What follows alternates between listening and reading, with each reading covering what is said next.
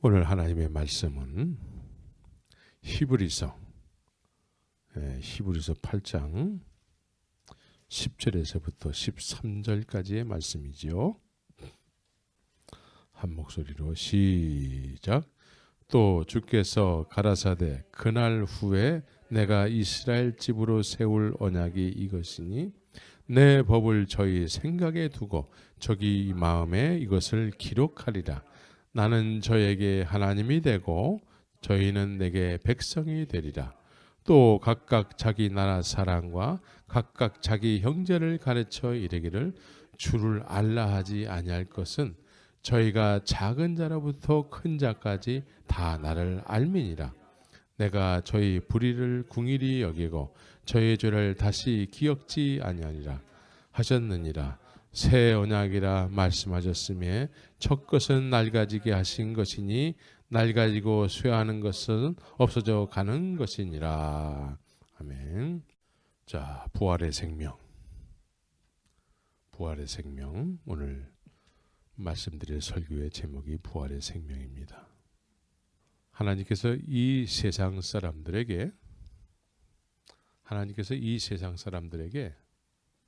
바라시는 삶이 있어요. 예? 그런데 우리는 하나님의 바라시는 삶이 뭔지도 모르고 그렇게 살려고 하지도 않고 그냥 내 멋대로 살아가요. 내 멋대로. 그런데 하나님은 우리 멋대로 살아가는 우리 인생 가운데 하나님의 원하시는 삶을 살게 하기 위해서 어떻게 하셨습니까? 독생자 예수를 보내신 거예요. 네. 그래서 독생자 예수를 통해서 하나님의 원하시는 뜻을 쫓아서 살 수 있는 길을 열어놓으셨고 그 방법을 열어놓으셨어요. 그렇죠? 그래서 우리는 예수님을 믿는다고 했을 때에는 하나님의 원하시는 그런 원하시는 계획과 원하시는 뜻을 쫓아서 사라지는 것이 예수를 믿는 거예요. 믿습니까? 그렇게 살지 않으면서도 예수를 믿는다. 이거는 하나님의 원하신 것하고는 전혀 관계가 없는 삶이죠. 하나님과 전혀 관계가 없는 거예요. 내 마음대로 살면서 예수를 믿는다. 이건 하나님의 의도하심하고는 전혀 관계가 없는 내가 정한 믿음이에요. 내가 정한 믿음. 그래서 오늘날 예수를 믿는다고 했을 때 사람들은 예수를 어떻게 믿습니까? 많은 사람들이 예수님을 믿는다고 했을 때는 자기의 유익을 쫓아서 믿어요. 자기의 유익. 인생은 다 문제들이 다 있죠. 인생은 문제 없는 사람들이 없어요. 예? 돈이 많은 사람들도 더 갖고 싶은 그런 욕심이 있고, 예? 돈이 많은 사람들도 병에 걸려 있을 수 있고 여러 가지 문제가 있어요. 그래서 예수를 믿는다고 했을 때는 돈을 좀 주세요 라고 예수를 그렇게 믿는단 말이죠. 돈을 좀 주세요. 이번에 사업을 시작했는데 사업이 잘 되게 해주세요. 내가 요즘 땅을 샀는데 땅이 배로 뛰게 해주세요. 뭐 이런 식으로다가 예수를 믿는다고 해요. 그런 소원을 가지고 예수님을 의뢰하는 거예요. 그런 소원을 가지고 예수님을 의지하는 거예요. 그리고 이 사람의 주인은 뭘까요? 누굴까요? 예수님이에요? 돈이에요? 돈이 주인이 된 거예요. 돈. 이스라엘 백성들이 애굽에서 탈출을 했지요. 탈출을 해가지고 하나님의 은혜 가운데 구름 기둥과 불 기둥 안에서 살게 됐습니다. 광야에서. 이 사람들의 진정한 주인은 누구였어요? 하나님이었습니까? 늘 하나님께 구하는 것은 뭐였습니까? 먹는 거, 입는 거, 마실 거 이런 거를 구했어요. 이 사람들의 주인은 그거를 옛날에 제공해 줬던, 힘들게는 살았지만 그것을 공급해 주었던 바로가 이 사람들의 주인이에요. 하나님의 불기둥과 구름기둥 안에서 살면서도 이 사람들의 주인은 바로였습니다. 바로. 오늘날 예수를 믿는다고 하면서도 그들의 주인은 돈이 돼 있는 경우가 많아요. 명예가 돼 있는 경우가 많아요. 권력이 돼 있는 경우가 많습니다. 이건 하나님의 의도하심하고는 전혀 관계가 없는 삶이에요. 이건 예수 믿는 게 아닙니다. 그런데 오늘날은 이렇게 사는 것을 예수 믿는 것이라고 사람들이 정해놨어요. 구원 따로 삶 따로 이렇게 분류해놨습니다.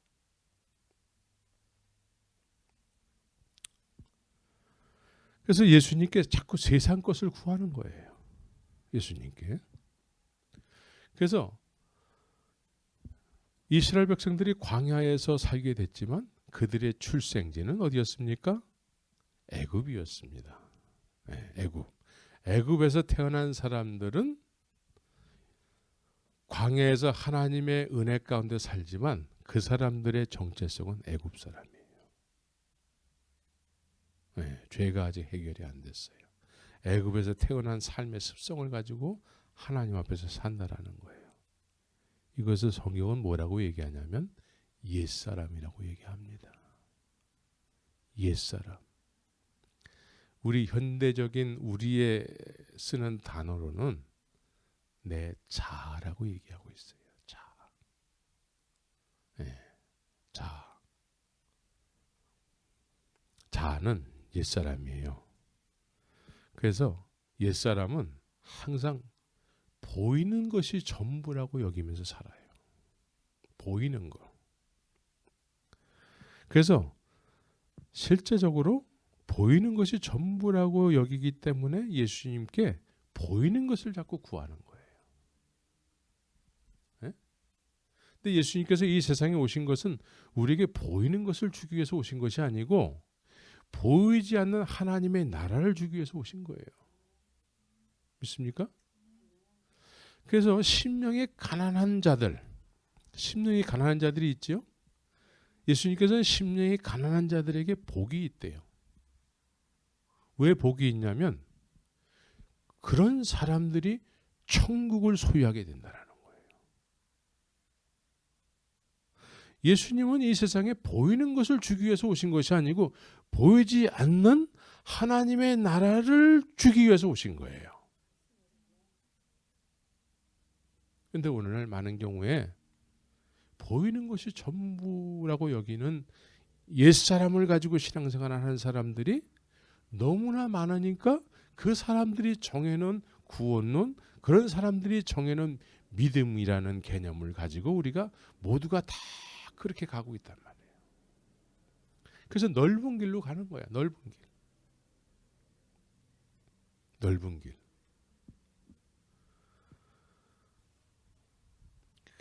하나님께서 예수님을 보내신 목적이 인생들에게 하나님의 진정한 우리를 향하신 깊으신 뜻이 있지 않습니까? 너희를 내 나라에서 살게 하는 것이죠. 하나님께서. 그래서 독생자 예수님을 보낸 거예요. 근데 늘 옛사람이 예수님을 믿게 되면은 늘 보이는 것을 구하게 되는 것입니다. 옛사람은 보이는 걸 구해요. 옛사람이 아무리 예수를 믿는다 할지라도 이 세상에 보이는 것만을 구할 수밖에 없어요. 이 옛 자아가 없어지지 않으면은 우리는 하나님의 온전하신 뜻을 쫓아서 예수님을 믿질 못해요. 옛사람이 해결이 안 되면은 늘 그래서 예수를 믿어도 구하는 것은 이 세상에 보이는 거. 근데 주님이 그런 걸 잘 안 주세요. 가끔씩 어떨 때 주시는 경우가 있어요. 오병이의 기적을 먹이실 때가 있고 병을 고쳐주실 때가 있고 귀신을 내쫓을 때가 있고 이런 하나님의 특별한 은혜가 나타날 때가 있어요. 이거는 본질이 아니에요. 이건 본질이 아니에요. 이 옛 자아는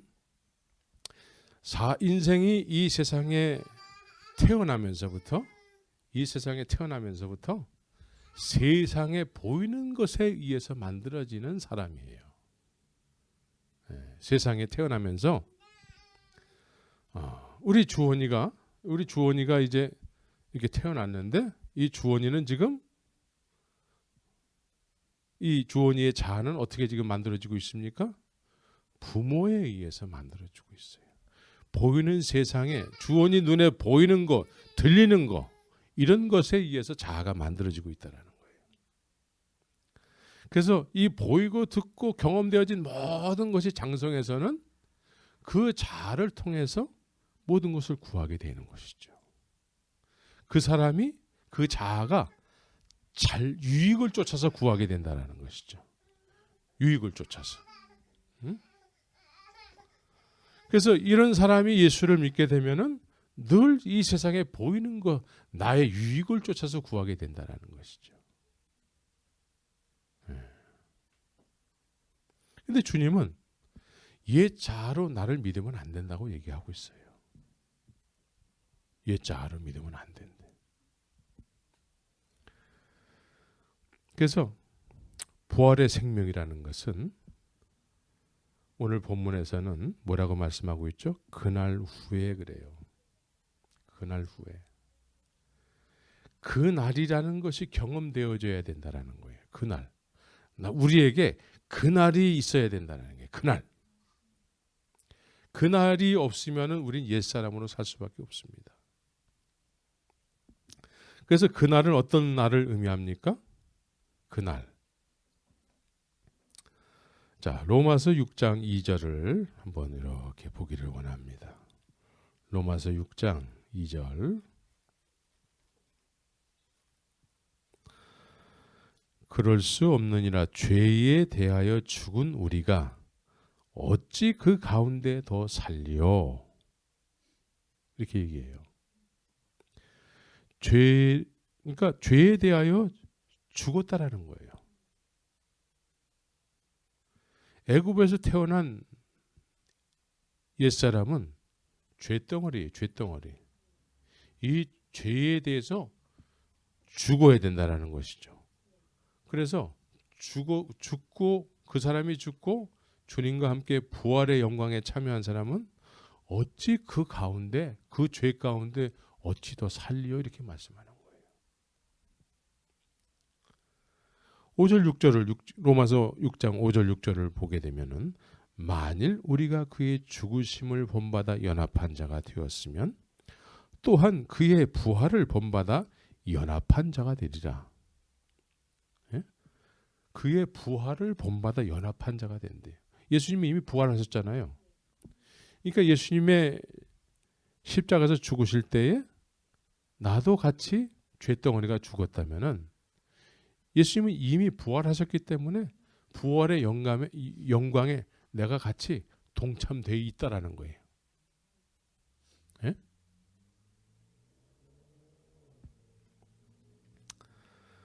그래서 우리가 알거니와 우리 옛사람이 예수와 함께 십자가에 못 박힌 것은 이렇게 얘기를 해요.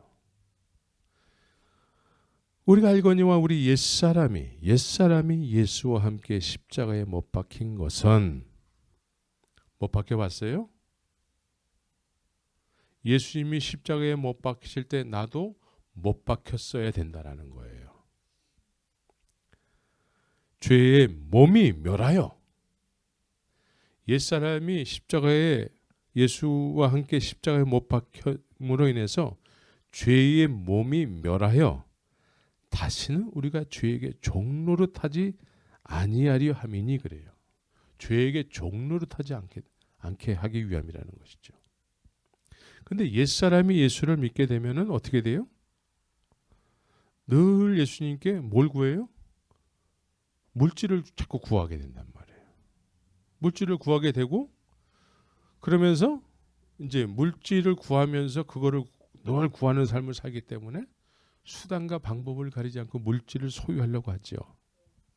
그러면 어떤 삶이 이루어지죠? 죄에게 종노릇하는 삶을 살게 되는 거예요. 이 옛사람이 아무리 직분을 가졌다 할지라도 소용이 없습니다. 옛사람이 목사가 되든 전도사가 되든 권사가 되든 장로가 되든 소용이 없어요. 이 옛사람은 없어져야 돼. 주님 죽으실 때 같이 연합해서 나 죄덩어리가 죽어야 되는 것이죠. 스스로가 스스로가 너무나 죽어마땅한 죄인으로 주님 앞에서 깊은 회개와 탄식 속에서 그 십자가의 놀라운 은혜를 경험해야 되는 것이죠. 주님 죽으실 때 나도 죽는 거예요. 옛사람 생명이라는 건 그런데 자꾸 살려고 해. 죽기를 싫어해. 지금까지 나로 살았는데 내가 죽기를 싫어해요. 죽기를 싫어한다고. 그래서 우리가 주님 앞에 나를 쳐서 복종시켜야 되는 것이죠.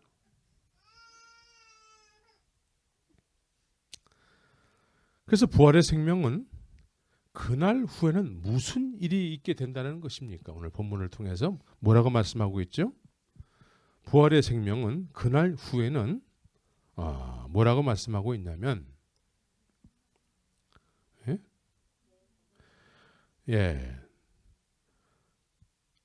내 법을 저희 생각에 두고 저희 마음에 이것을 기록하리라. 무엇을?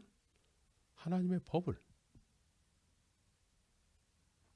하나님의 법이 내 생각 속에 없으면은요, 내 마음에 기록이 안 되면은 우리는 어떻게 할까요?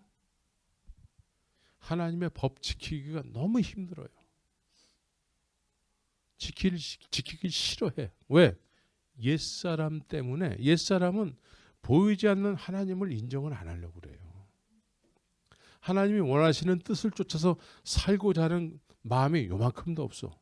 그래서 입술로는 하나님을 사랑하지만 마음은 하나님으로부터 먼 삶을 살게 되는 것이죠.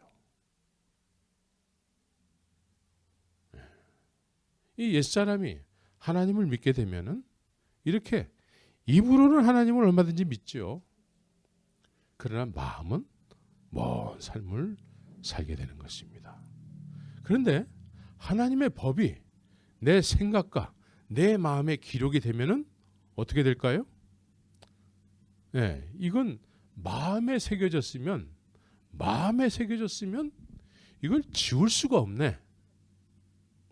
생각 속에 있게 되면은 어떻게 떨쳐버릴 수가 없네요. 그렇죠? 그래서 하나님의 법이 우리 생각 속에 우리 마음에 기록이 된 사람들은 어떤 삶을 살까요? 자발적으로 자원하는 마음이 되어서 능동적으로 살게 되는 것이죠. 예?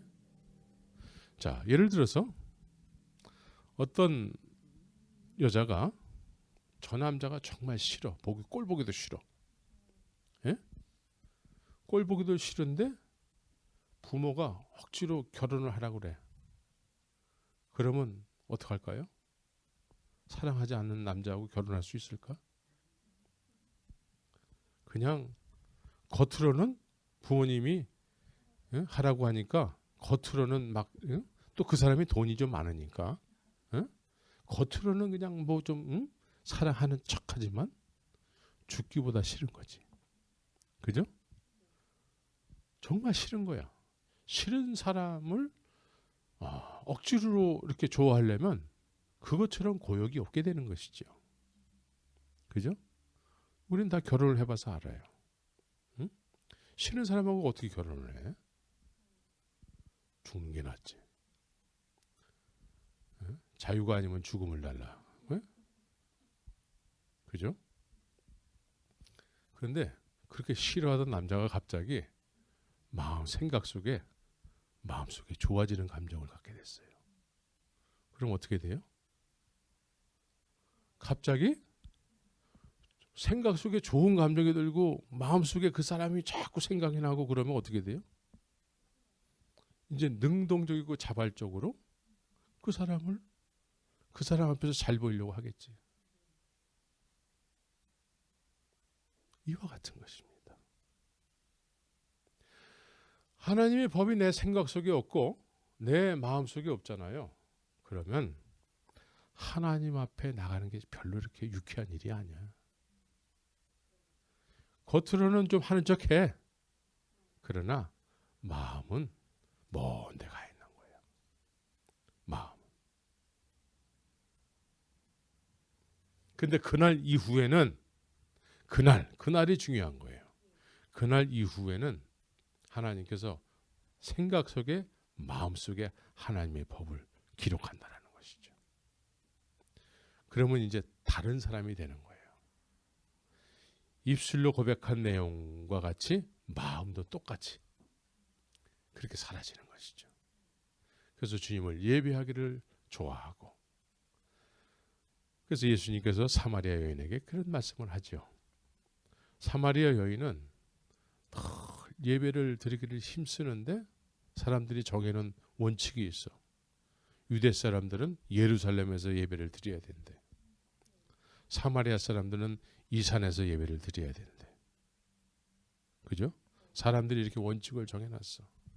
그래서 겉으로는 하나님을 섬기는데 늘 목말라. 목이 계속 마른 거야. 예배를 드려도 계속 갈증이 나는 거야. 왜 그러지요? 마음과 생각에 하나님의 법이 기록이 안 돼 있기 때문에 그래요.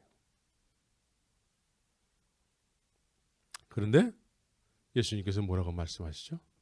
너희가 신령과 진정으로 예배할 때가 오나니 예루살렘에서도 말고 이 산에서도 말고, 이렇게 말씀한단 말이에요. 그래서 생각에 하나님의 법이 기록이 된 사람들은 예배 드리는 것이 즐거운 거야.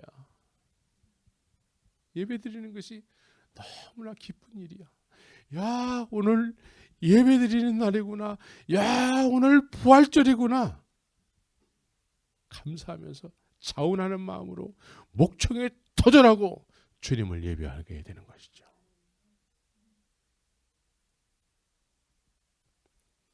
그러나 옛 사람이 아직 정리가 안 됐으면은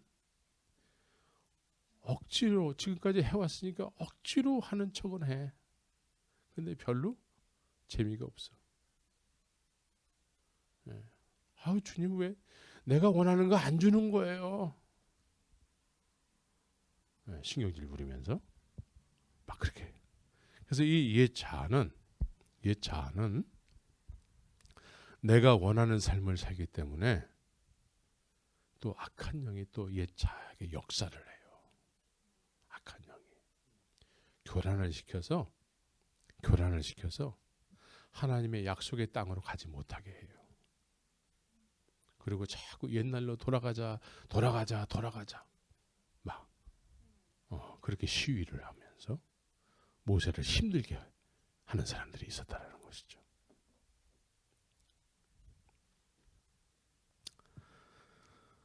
그래서 우리는 그날을 경험해야 돼요. 그날이 우리 인생에 있어야 돼요. 예?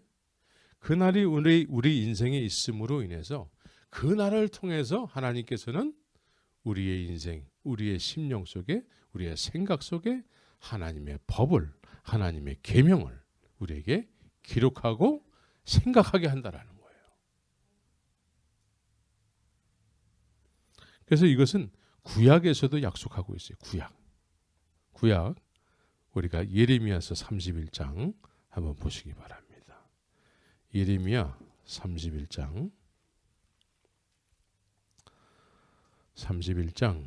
33절서부터 34절까지를 한번 같이 한번 읽기를 원합니다. 31장 33절서부터 34절까지 구약에서 이미 이런 약속의 말씀을 하고 계세요. 이렇게 될 것이다. 시작. 나 여호와가 말하노라. 그러나 그날 후에 내가 이스라엘 집에 세울 언약은 이것이니 곧 내가 나의 법을 그이들의 속에 두며 그의 마음에 기록하여 나는 그들의 하나님이 되고 그들은 내 백성이 될 것이라. 그들이 다시는 각기 이웃과 형제를 가리켜 이르기를 너는 여호와라 알라 하지 아니하리니 이는 작은 자부터 큰 자까지 다 나를 알미라. 내가 그들의 죄악을 사하고 다시는 그 죄를 기억지 아니하리라. 여호와의 말이니라. 구약에서 이미 말씀하고 있어요. 예? 오늘 본문하고 똑같죠? 예. 이미 주님께서 말씀하고 있어요. 하나님의 계획을 말씀하고 있어요. 그날이라는 그 의미를, 독생자 예수 그리스도를 이 세상에 보냄으로 인해서 그날이 우리 인생 가운데 있게 했다라는 것이죠. 그날은 부활의 영광이 있는 날이요. 그 부활의 영광으로 인해서 사망 권세가 깨뜨려진 날이요. 내가 더 이상 옛사람으로 살지 않고 이제는 새 생명으로 살아가는 그런 인생의 시작이 되는 날이라는 것이죠.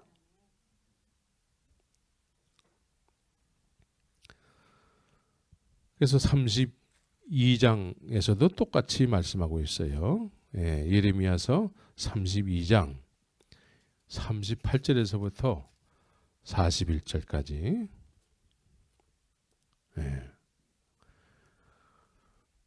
내가 그들에게 복을 주기 위하여 그들을 떠나지 아니하리라 하는 영영한 언약을 그들에게 세우고 나를 경외함을 그들의 마음에 두어 나를 떠나지 않게 하고 내가 기쁨으로 그들에게 복을 주되 정령이 나의 마음과 정신을 다하여 그들을 이 땅에 심으리라 라고 말씀하고 있다는 것이죠. 에스겔서 37장도 비슷한 내용을 지금 말씀하고 있습니다. 에스겔서 37장 14절.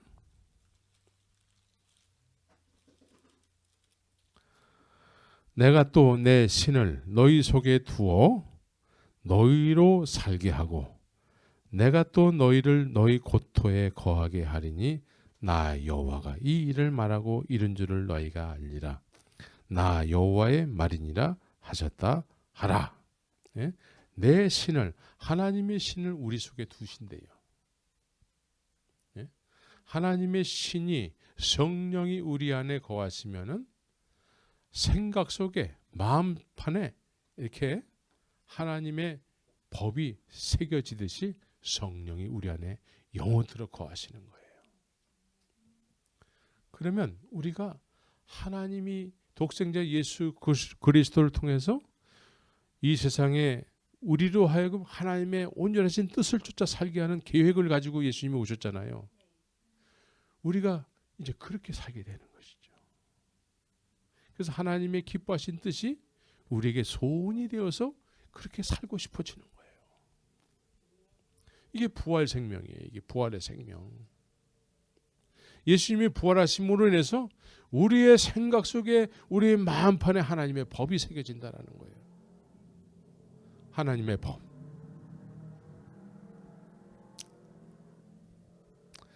그래서 구약 성경에서는 구약적인 삶은 어떻습니까? 입술로는 얼마든지 하나님을 존경하되 마음은 먼 삶을 살게 되는 것이죠. 왜냐하면 하나님의 법이 사람의 생각 속에, 마음판에 없기 때문에 그래요. 밖에 돌판에 새겨진 그 밖에 있는 하나님의 법을 지키기가 얼마나 힘듭니까? 하기 싫은 걸 억지로 하는 거예요. 그래서 하기 싫은 걸 억지로 하게 되면 어떻게 되죠? 나는 하는데 왜 너는 안 해? 그래서 자기가 요만큼 한 걸 가지고 안 하는 사람들을 정죄하는 거예요. 자기보다 좀 더 열심히 더 하는 사람은 존경하게 되고. 그렇죠? 우리는 이 하나님의 법이 우리의 생각 속에, 우리 마음판에 새겨져서 누가 시키지 않더라도 자발적이고 능동적으로 주님을 경외하며 예배하는 자로서 어디서든지 주님을 의식하고, 왜? 주님이 생각 속에 계시기 때문에 어디서든지 주님 앞에서 코람데오의 삶을 살게 되는 것이죠. 그래서 주님 앞에 내가 서 있네. 어디서나 주님 앞에 내가 서 있습니다. 주님을 의식하고. 완전하지 않죠? 우리가 주님 앞에 산다 할지라도 완전하지 않아요. 그런데 주님이 온전치 못한 우리의 삶을 개입하셔서 책망하시죠. 그렇게 하면 안 돼. 아버지가 자식이 하듯이 그렇게 하면 안 돼. 죄송합니다, 아버지 하나님. 내가 또 내 소욕을 쫓아 살았군요. 자꾸 이렇게 책망받아서 하나님의 온전하시고 선하신 뜻을 쫓아서 그리스도의 장성한 분량에 이르는 그런 삶을 살게 되는 것이죠.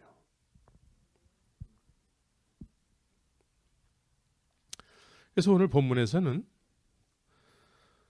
주를 알라 하지 알 것은 이렇게 얘기해요. 예?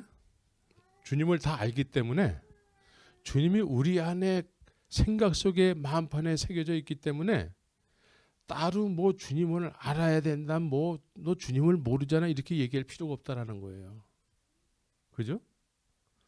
뭐 신학교 가가지고 그냥 공부를 해가지고 겨우 학위를 따가지고 이제 나 하나님 알게 됐어요. 예? 이런 게 아니라는 거예요. 예? 그날 이후에 하나님께서 우리 생각 속에 우리 마음판에 하나님의 법이 새겨지면은 따로 뭐 하나님을 알아야 돼요 뭐 이렇게 얘기 안 한다라는 거예요. 그런 사람은 이미 하나님이 우리 안에 거하기 때문에 하나님을 따로 설명할 필요가 없어요. 왜? 알기 때문에. 이미 알기 때문에. 그래서 그날 이후에는 이제 하나님을 모두가 그날을 경험한 사람들은 하나님을 다 알기 때문에 이 요한복음 14장 26절에서는 이렇게 얘기를 하죠.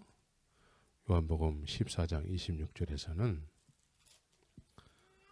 보혜사 곧 아버지께서 내 이름으로 보내실 성령 그가 너희에게 모든 것을 가르치시고 그래요. 우리 안에 하나님의 법이 우리 생각 속에 하나님의 법이 우리 마음판에 하나님의 법이 새겨지면은 그가 너희에게 모든 것을 가르치시고 내가 너희에게 말한 모든 것을 생각나게 하시리라 이렇게 얘기한단 말이에요. 뭐 별도로 이제 신학교 가가지고 하나님을 막 공부를 해서 알아가지고 박사학위를 받아가지고 그래가지고 이제 하나님을 내가 조금 알게 됐습니다. 이건 하나님을 아는 게 아니에요. 예? 오늘날은 그렇게 해서 하나님을 아는 사람들이 그렇게 학위를 통해서 하나님을 알게 된 사람들이 이제 목회를 하게 되면은 모든 사람들이 다 지식적으로 하나님을 알게 되는 거예요. 그러나 하나님께서 독생자 예수를 이 세상에 보내셔서 십자가에서 죽게 하시고 부활하게 하신 그 목적은 뭐예요? 우리로 하여금 생각 속에 마음판에 하나님의 법을 새기기 위함입니다. 그래서 따로 뭐 공부를 해가지고 뭐 하나님을 알고 그럴 필요가 없다라는 거예요. 이 성경이 이제 하나님을 유일하게 알 수 있는. 그래서 이 하나님의 법이 마음판에 새겨진 사람들은 이 말씀을 이렇게 묵상하잖아요. 말씀을 묵상하면 그렇게 아멘을 안 할래야 안 할 수가 없게 되는 것이죠. 성령께서 깨달음을 주시기 때문에. 이 성경이 아니고서는 하나님을 알 수가 없습니다. 중요한 것은 이 성경, 특별히 이 사복음서를 기록한 사람들은 기록하기 전에 이미 말씀대로 먼저 살았어요.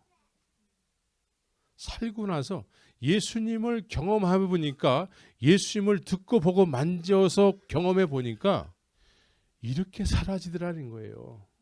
그걸 기록해 놓은 거예요. 그래서 이 성경이 아니고서는 온전한 하나님을 깨달을 수가 없어요. 또 성경 이외에 다른 이야기를 할 수가 없는 것입니다.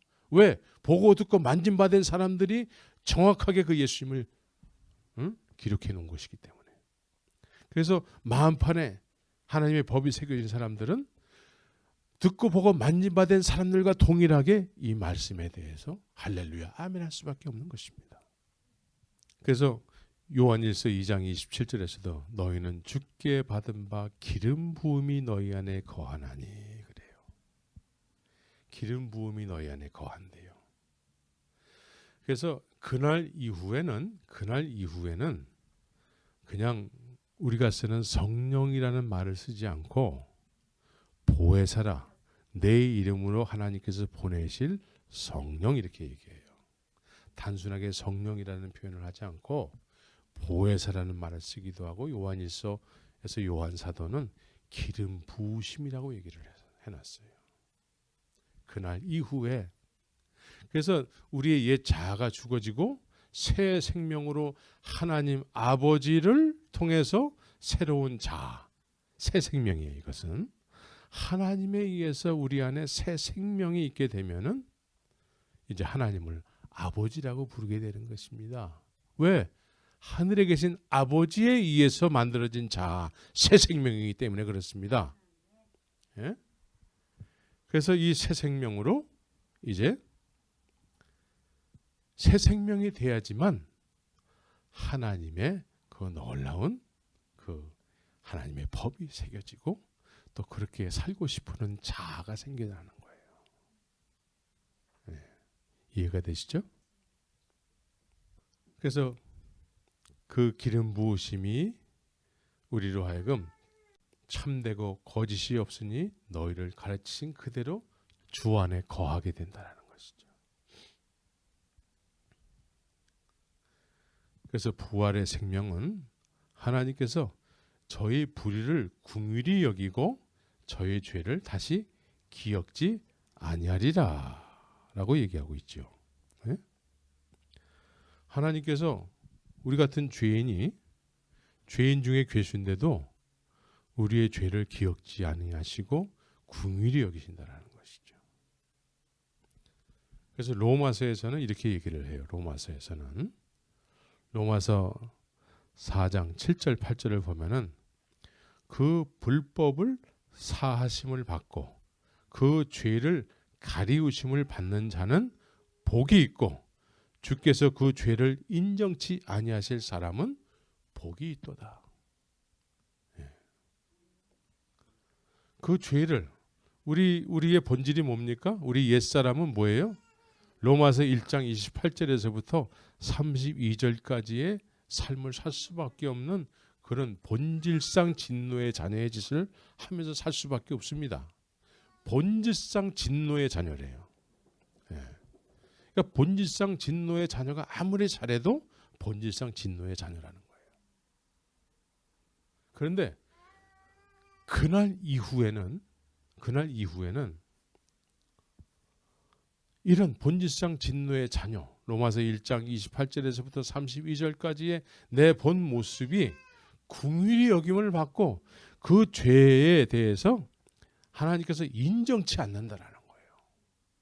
그날을 경험한 사람들은. 왜? 그 사람이 죽었기 때문에 그렇습니다. 옛사람이 죽었기 때문에. 그래서 시편 31편 1편에서도 허물의 사함을 얻고 그 죄의 가리움을 받는 자는 복이 있도다. 또 시편 32편 5절 6절을 보면 내가 이르기를 내 허물을 여호와께 자복하리라 하고 주께 내 죄를 아뢰고 내 죄악을 숨기지 아니하였더니 곧 주께서 내 죄의 악을 사하셨나이다. 이로 인하여 무릇 경건한 자는 주를 만날 기회를 타서 만날 기회를 갖게 됐다라는 거예요. 하나님을 만날, 하나님을 소유할 수 있는 하나님의 법이 우리 생각 속에 우리 마음판에 새겨질 수 있는 기회를 갖게 됐다라는 것이죠. 예? 그래서 주께 기도할지라 진실로 홍수가 범람할지라도 저에게 미치지 아니하리라. 예. 말씀하고 있는 것이죠. 우리는 지금까지 살아오면서 수십 번의 부활절을 보내왔습니다. 하나님께서 부활절을 허락하심은 부활의 생명으로 살게 하기 위해서 부활절을 허락하신 거예요. 주님께서 부활의 생명으로 살게 하기 위해서 부활절을 허락하는데도 불구하고 우리는 별로 그거 하나님의 의도하심하고는 관계없이 살아가는 경우가 많이 있거든요. 이제 이런 것들이 우리 안에서 깨트려져야 돼요. 그래서 하나님의 백성은 생각 속에 마음 속에 하나님의 법이 기록되어 있는 사람들이기 때문에 하나님을 몰라서 누구로부터 늘 배워야만 하고 하나님께 대해서 아는 지식을 누구로부터 배워서 습득해야 되는 정도로 그런 정도를 믿음이라고 생각하면은 큰 오산이고 착각인 것입니다. 우리는 독생자 예수를 이 세상에 보내신 하나님의 의도하심은 십자가에서 독생자 예수를 죽게 하시고 부활케 하시는 하나님의 의도하심은 우리 안에 하나님의 법을 새기기 위함이요, 우리의 마음판에 하나님의 깊으신 뜻을 새기기 위함인 것입니다. 이게 새겨지면은 어떻게 살까요? 자원하는 마음으로, 기쁜 마음으로, 능동적으로 그렇게 하나님과 진정한 영적인 신부로 살게 되는 것이죠. 예수님은 남편이요, 우리는 신부가 되는 거예요. 그래서 능동적으로 신랑 되시는 예수님과 함께 동행하는 남은 육신의 때를 살게 되는 것이죠. 이렇게 부활의 생명으로 살아야만 되는 것이고, 그래야지만 주님께서 십자가에서 죽으시고 부활하신 것이 내 인생에 의미가 있게 되는 것입니다. 부활절을 맞이하는 그 의미가 있게 되는 거예요. 지금 내가 주님의 의도하신 대로 살고 있기 때문에 이 부활절은 특별히 기쁨의 날이 되는 것이죠.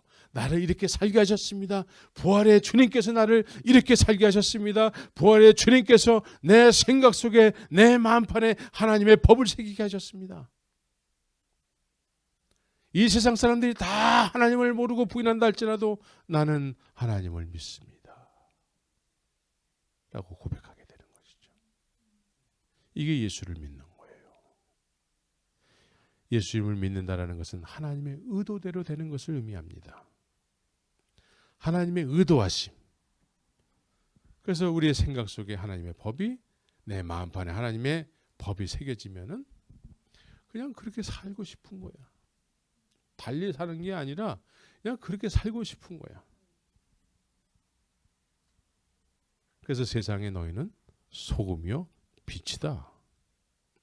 그러니까 그렇게 살고 싶은 사람으로 인생을 살기 때문에 그냥 나를 만나는 사람들은 당신에게서는 그리스도의 향기가 나는군요. 그렇죠? 그런 소리 최근에 들어봤어요? 그런 소리를 들어야 되는 거예요. 왜? 내 마음판에 예수 그리스도의 생명이 새겨져 있기 때문에 그리스도의 향기로 그렇게 자연스럽게 사라지는 인생이 되어서 증언하는 삶을 살게 되는 것이죠. 증언. 꼭 말을 하지 않더라도 내 삶을 통해서 그리스도가 이렇게 느껴지는 것이죠. 육신적으로 우리는 팔다리가 멀쩡하죠. 근데 팔다리가 멀쩡하지 않은 닉 부이치치라는 그런 호주 청년이 있죠. 그 사람은 팔다리가 없어요. 우리처럼 마음대로 막 걸어 다닐 수도 없고, 그렇죠? 그런데 우리보다 더 세게 각국을 다 돌아다녀. 그리고 팔다리가 멀쩡한 사람들에게 팔다리가 없는 사람이 하나님의 메시지를 전하면서 온전한 인생이 어떤 삶인지를 그 팔다리가 없는 사람들이 팔다리가 있는 사람들에게 가르치고 있어요. 한국에 송명희 시인이라는 뇌성마비 시인이 있지요. 그 사람은 뇌성마비야. 말도 제대로 못하고 누가 대신 써줘야 돼. 그 사람이 시를 한 편 썼지요. 그것이 복음성가로 만들어졌는데 그게 뭐예요? 나 가진 재물 없으나, 나 가진 지식 없으나, 남에게 있는 것 건강 있지 아니하느나, 나에게 있는 것이 뭐예요? 내 생각 속에 내 마음판에는 하나님의 법이 새겨졌다라는 거예요. 하나님의 생명이 있다라는 거예요.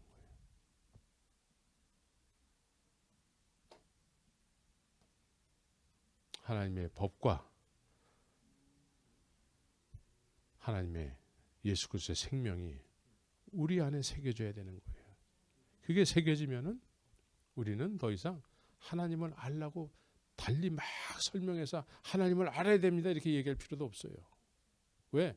내가 이미 하나님을 소유했기 때문에 하나님을 아는 상태가 되는 것이죠. 그래서 그 하나님 아는 하나님과 함께 동행하는 삶을 살게 되고 그분 앞에서 그분의 기뻐하시는 삶을 살게 되는 것이고 예수를 이 세상에 보내신 목적대로 하나님의 의도하심에 의해서 그 원하시는 삶을 살게 되는 것이죠. 이게 예수 믿는 거예요. 오늘날 옛사람이 예수를 믿게 되면은 자꾸 보이는 것만 구해요. 보이는 걸 자꾸 구한단 말이에요. 옛사람이 예수를 믿으면 인생에 늘 필요한 것들이 있지 않습니까? 그런 거를 구하면서 예수님을 믿는다고 그래요. 안 주면 어떻게 해요? 신경질 내고 원망 불평하고 이거는 거듭난 인생이 아니고 하나님이 세상에 독생자를 보내신 그 목적하고는 전혀 관계없는 인생인 거예요. 옛사람이 100년을 예수를 믿는다 할지라도 그건 믿는 게 아니에요. 우리는 예수를 믿을 때는 하나님의 의도하신 대로 그런 삶을 살게 되는 것이 이것이 진정으로 예수님을 믿는 것이요. 예수님께 붙어있는 참 포도나무 가지로서의 삶을 살게 되는 것이죠.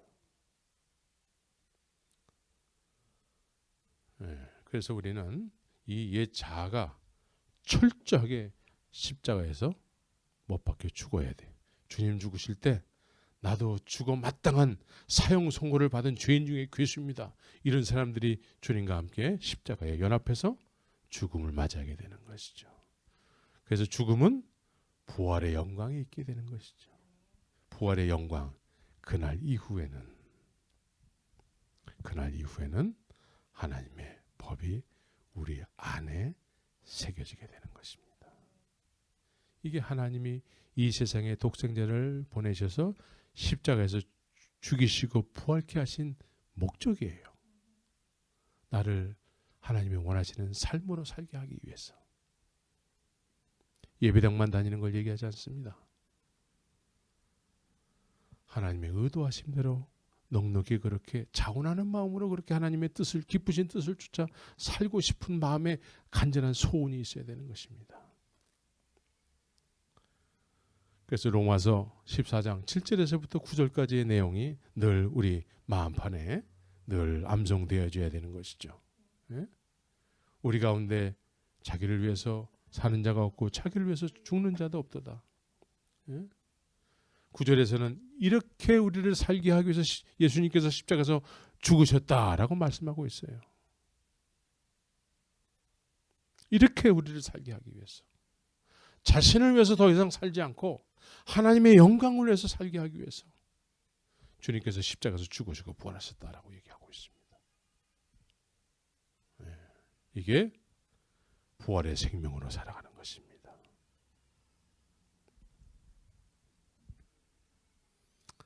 그래서 우리가 부활의 생명, 부활절을 통해서 우리의 삶이 그렇게 사라지는 일을 점검하고 그렇지 못하면은 철저하게 주앞에 내 자아를 십자가에 못 박아야 되는 것입니다. 정과 욕심을 십자가에 못 박은 참 그리스도인으로서 살아가야 되는 것이죠. 철저하게 못 박아야 돼. 되고 싶고 갖고 싶고 하고 싶고 먹고 싶고 요즘 먹고 싶은 것이 너무나 많죠.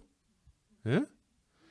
TV를 보면은 먹는 거 우리 옛날에 어렸을 때 우리 힘들게 살 때에는 반찬이 간장 종지에 간장 조금 있는 거 그거 숟가락으로 한번 찍고 밥 한 술 먹고 이러고 살았어요. 근데 오늘날은 김치도 김치가 어디 이렇게 묵은 김치가 있겠어요? 예? 김치가 모자라 봄 되면은 맨날 김치로 김치찌개 끓여 먹고 볶아 먹고 뭐 해가지고 김치가 남아나진 않아. 근데 요즘은 묵은 지가 뭐 2년 3년 된 것도 있대. 그런 게 옛날에 어디 있었어? 별의별 옛날에 없던 음식을 막 개발해가지고 사람들에게 먹고 싶은 욕심을 갖게 하고, 그래서 요즘은 먹고 싶은 것들이 너무나 많아가지고 하고 싶고 갖고 싶고 되고 싶고 먹고 싶고, 이런 육신의 소용, 옛 자아의 소용, 이런 것들을 위해서 살면 안 되는 것이죠. 이제는 주님의 영광을 위해서, 주님이 기뻐하시는 그 일을 쫓아서 자원하고 능동적으로 그렇게 부활의 생명으로 살아가야 될 줄 믿습니다. 그렇게 살기를 예수의 이름으로 축원합니다. 같이 기도하겠습니다.